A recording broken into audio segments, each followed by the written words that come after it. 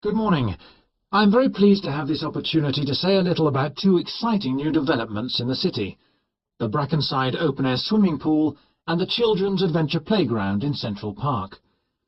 As many of you may know, the idea for these initiatives came from you, the public, in the extensive consultation exercise which the City Council conducted last year, and they have been realised using money from the SWRDC, the South West Regional Development Commission. First of all, Brackenside Pool. As many of the older members of the audience will remember, there used to be a wonderful open-air pool on the seafront 30 years ago, but it had to close when it was judged to be unsafe.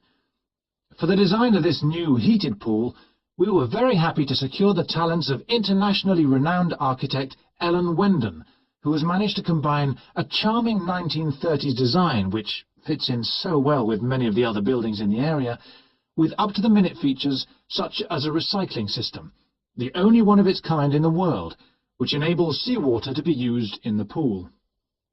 Now, there's been quite a bit of discussion in the local press about whether there would be enough room for the number of visitors we're hoping to attract, but the design is deceptive, and there have been rigorous checks about capacity.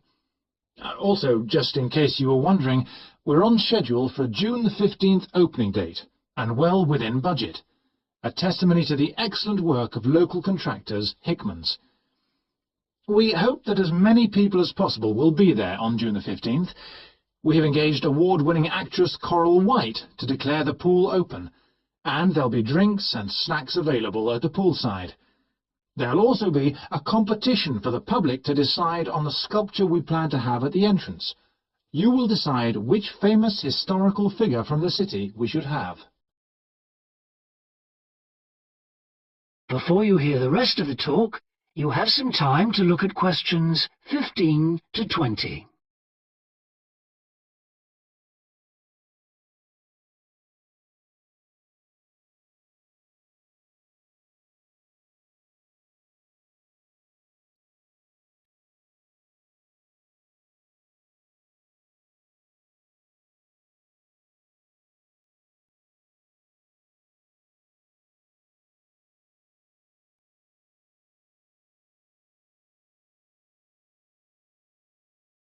Now listen and answer questions 15 to 20.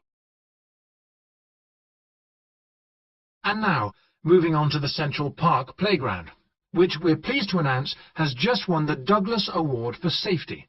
The news came through only last week.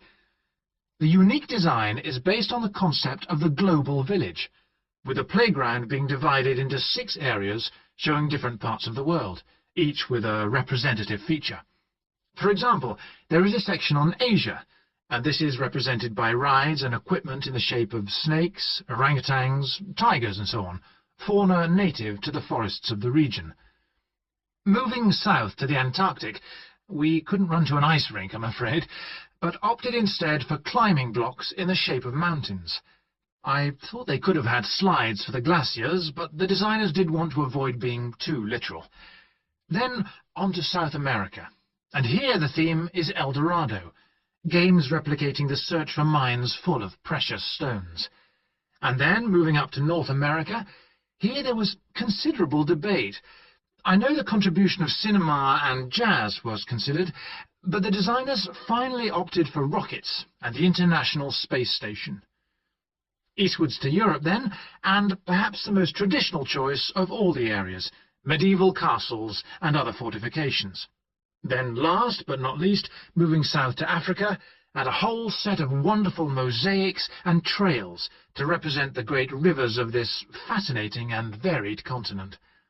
Now, the opening date for our global playground is the 10th of July, and again, we'd love to see you there. So, make a date and come and see this magnificent, original new amenity right in the heart of the city. That is the end of section 2. You now have half a minute to check your answers.